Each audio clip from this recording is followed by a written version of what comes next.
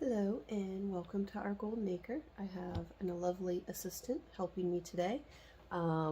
We started all of our peppers, multiple peppers to a pot, so they're getting fairly leggy or fairly tall to be in that situation. So we're going to go through, separate, and label, because last year I did not label and ended up somehow not planting a single hot pepper. So somebody that I gave plants to ended up with a lot of hot peppers, I think. So making sure I'm going to be careful and intentional with labeling and getting these separated. We'll show you the different kinds that we have and how we're going to separate this. We actually do our tomatoes the same way, where we plant a bunch in one pot. After they germinate, we separate them out, because like for this one right here, only one of our pumpkin jalapeno germinated, so this one's just going to live in this pot till it goes out to the garden. But some of them are going to get separated, like this one, which is the one I'm most excited for. This is our Pippin Golden Honey. These taste like eating fruit. Not many of these actually ended up in any meals because they were garden snacks, because they were so sweet. All right, so we separated out our peppers. We have another lovely assistant here to help. And we separated out. We had some that just one germinated or just two. We're going to get them kind of separate and then start taking apart these guys that have multiples in them and see how many we end up with.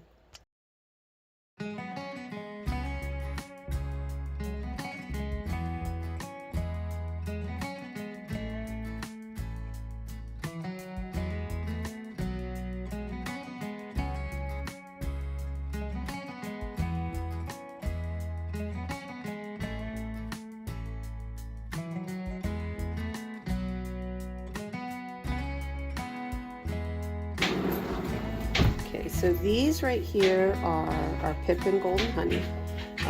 They look like, so these are super sweet frying peppers. And last year we didn't have enough of them. This year we've got 5 that germinated and they're doing great. So I'm going to transfer them from here to 5 individual pots. So just very gently. These are well watered. I watered them really good yesterday, so the soil's nice and damp. And I've got, so there we go. I'm just going to gently pull these apart and lay them out.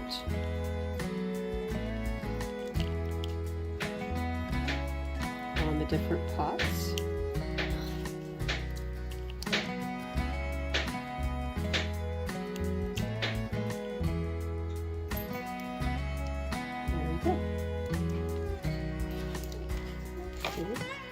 So pulling this one in here, making a hole. I want to make sure all the roots are down in there and aren't like poking up towards the top. They can reach down towards the bottom. Now it's nice if it's in the center, but if it's not perfect, it's all right. And that's a little bit wobbly, I think probably because it's been with the other ones.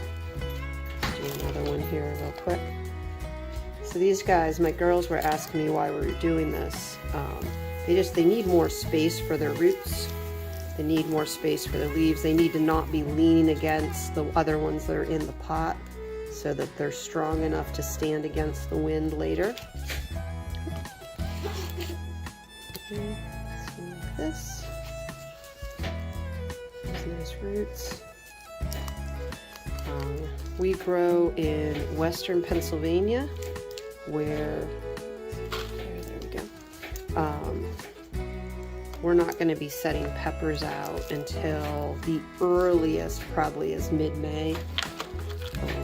More likely more towards like Memorial Day weekend, that kind of thing. There we go.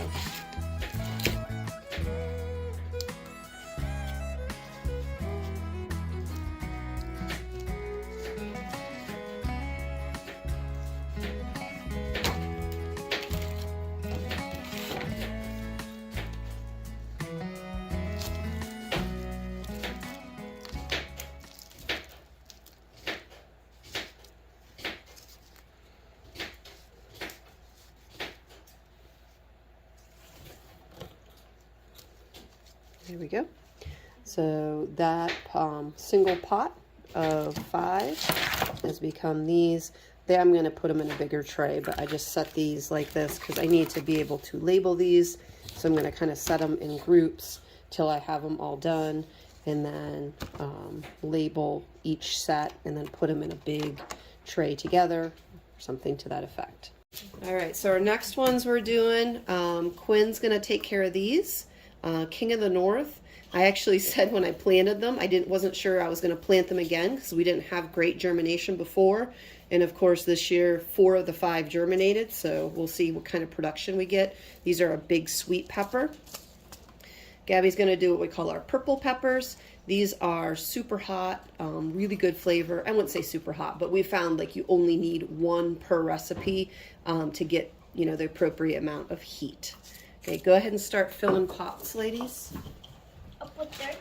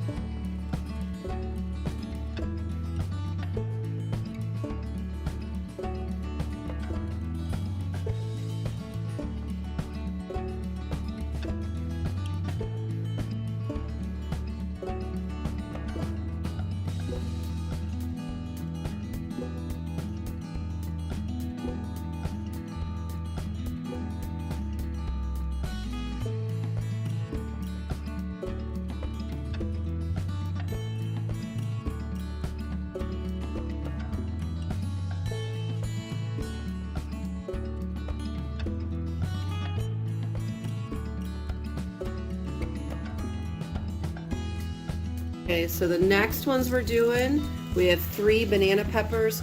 I love these for freezing and also for fermenting. I want to ferment a bunch of these this year because we use them in a lot of snacks and recipes. And then these are shishitos. That's what Quinn's doing. These are a great frying pepper. I fermented some of these. I like them. I prefer the bananas, but these produce really, really well. Actually too well. I think I ended up harvesting, I don't know, 5 or 10 pounds of shishitos in one sitting, which was too many. So I'm trying to practice more restraint and not plant too many shishitos this year. We have 3 currently. Last year we had like 10. We had a lot. Okay.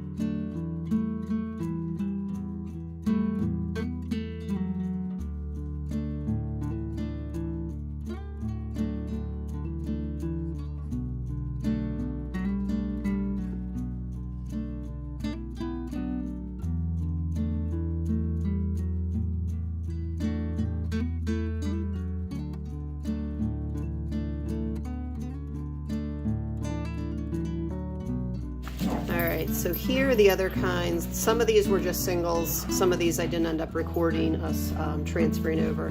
This was a free one that we got. This is supposed to be really hot pepper, and I think we only got 2 of them to germinate. We'll probably keep one and give one away. This is a Sugar Rush Peach, which is also a hot pepper. Kind of looking forward to doing this one, using this one in like salsas and sautés. The Cal Wonders, we actually only had 2 of these germinate.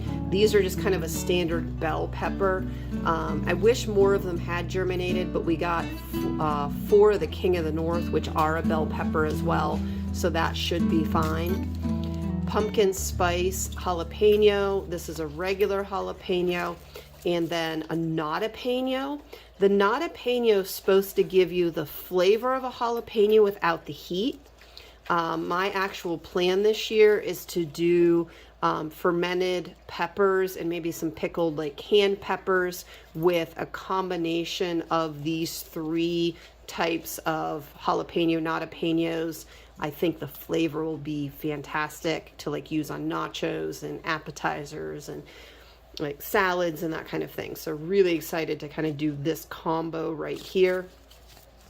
And then I've got one child who really likes chocolate, so we got sucked into getting the sweet chocolate pepper. I think we only have 1 of these germinated as well, but those are what we've got going on right now. I had trouble getting my Hungarian wax peppers to germinate.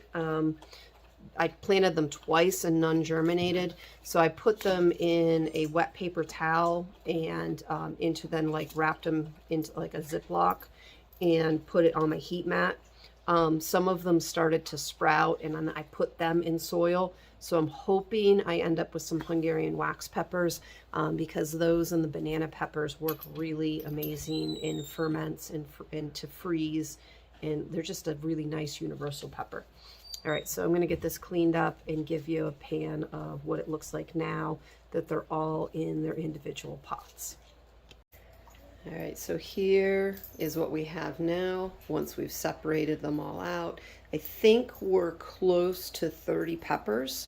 We aren't going to be planting all of those. You want to come over here, babe? Oh, sorry, buddy. We aren't going to plant all of these. We figured, what, about 20 to 25? I think so. So about 20 to 25 of these are going in our garden. The ones we don't plant, we'll share with friends, family, neighbors, all of those who need gardens and peppers in their life. All those. All those things. All those in need. So pretty excited. Most of these we've tried before. We've got 2 new kinds. Yeah, I think 2 new kinds that we're trying. No, 3 new kinds. 4 new kinds that we're trying this year. Others are kind of the tried and true that we know we get really good yield from. Great fresh, great fermented, great frozen, and pickled. So we use a lot of peppers. We do. We use a lot of peppers. I'm going to show you what we've got going on in the kitchen, which if you're planning on gardening, if you're newer to gardening, you kind of want to have in mind, kind of be compiling recipes that utilize the things that are coming out of your garden. I definitely have been guilty and still am guilty on occasion of growing something and then not knowing what to do with it. So whatever you're growing, kind of look up recipes. Either if you're a paper person, you know, jot them down or print them out or make an electronic file. It does help for later. So I'm going to show you what we've got going on in the kitchen, show you with the plant stand, and then we actually want to watch some basketball. Yes, that one. This is a recipe that we printed out. We're going to try it for the first time. If it goes well, there'll probably be just a picture showing up as a post for that one.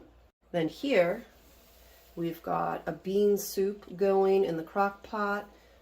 That's going to be a meal for later this week, but it's one of those that's supposed to be in the crock pot, I think 4 hours on high or 6 hours on low. And the timing of that does not work for between when we leave the house and when we get back from the house. So we just decided to make it today, and that will be a nice quick meal for some time this week. But in that is our tomato paste, our garlic, our beans, local corn that we froze over the summer, Is anything else ours? No. Okay, because we're out of onions, but it's And onions. carrots. Yeah, then the carrots weren't ours either. But that's one of those things. A lot of the ingredients are from our garden, and if we had a little bit more, we're making it at a different point.